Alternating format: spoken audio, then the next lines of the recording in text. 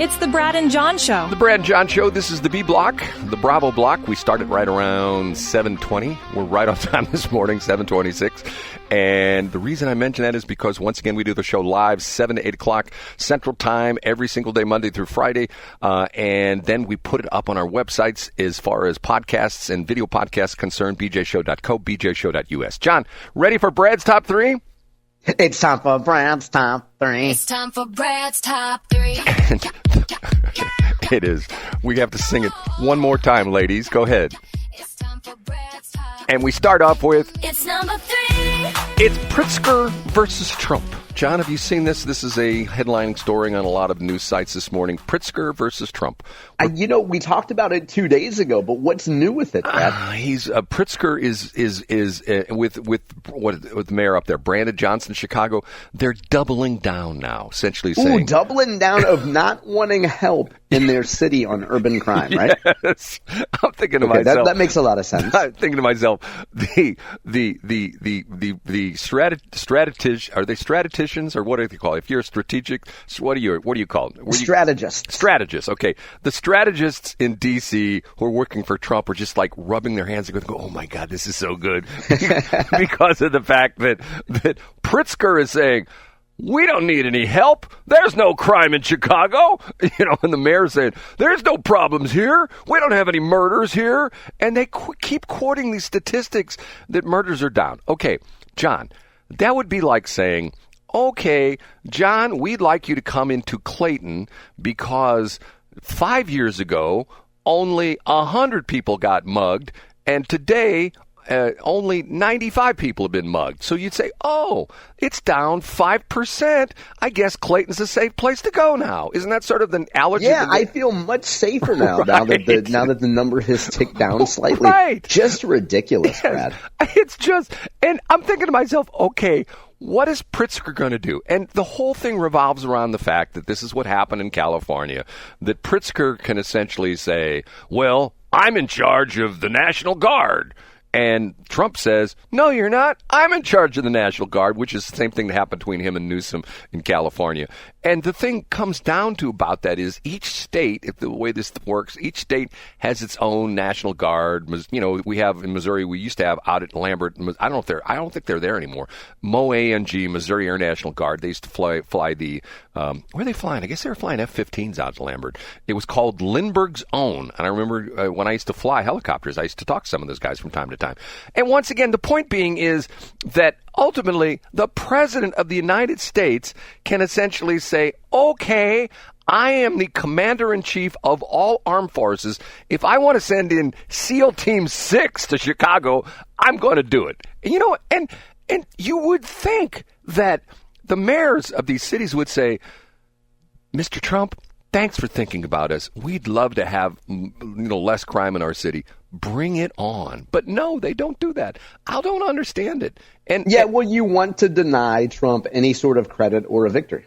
Well, the whole thing to me, it just doesn't make any sense. Okay, it's just it's Pritzker versus Trump, and not only that, the mayor of Chicago.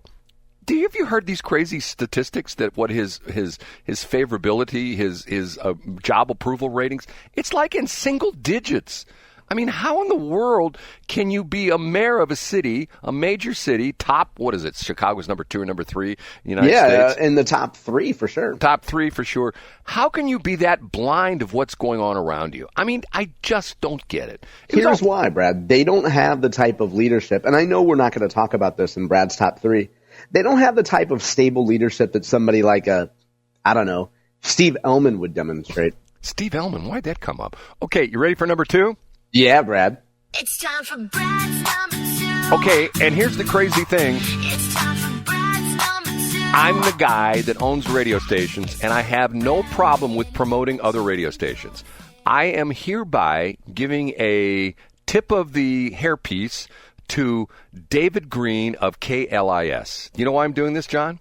No, why is that, Brad? Press release I read yesterday, they are going to be doing the East St. Louis football games. They're going to be doing play-by-play in the East St. Louis football games. And people may say, hold on a minute now, why would you cover the East St. Louis football team? Because they are rated typically almost every year. I don't know if the people in St. Louis know this. They're typically rated in the top 25 in the entire country. Now, you may say, well, isn't that Parkway West? Or isn't that... isn't that Lafayette High School? Right. No, they're probably not even in the top 100. So I will say to David Green, excellent job. Here's my situation, and I will say this for David Green. He's a sharp guy. The whole crazy story. I tried to buy the old KFNS. Matter of fact, I dealt with David Green. He was acting as a broker. David Green is a smart guy. And the interesting part of this is that when I went to people, to banks, to try to buy this station, they laughed at me, okay? Whole story. What did they tell you, Brad? Well, the real estate was worth more than the whole station was involved in the whole bit. But here's the interesting part of this. David Green is taking a risk, and he's doing things differently. He's got the station. He's doing local programming. Not all. They're running Dave Ramsey during the day and at night and stuff like that. I don't have a problem with that. But most of the programming is doing local. They're doing interesting things. They're promoting a website. They're doing things that is out of the box as far as radio is concerned. I say, David Green, my hairpiece is off to you. Excellent job. Keep up the work. And the only thing that I had a problem with, I read the story. Now, Illinois may be different than Missouri. They touted the fact that they are the exclusive. They teamed up with a couple sponsors. I think they teamed up with McDonald's or Schnucks or something like that. And they teamed up with the Illinois High School Association and the School Board of East St. Louis, that they're the exclusive broadcast home of, I think they're called the Flyers, East St. Louis Flyers.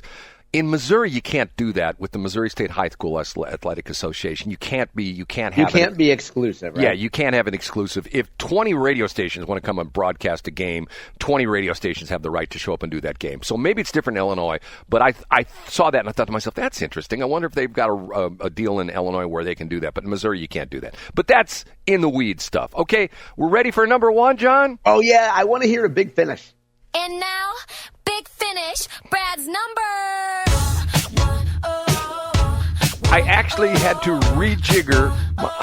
I love that word. Where did that word come from? Rejigger.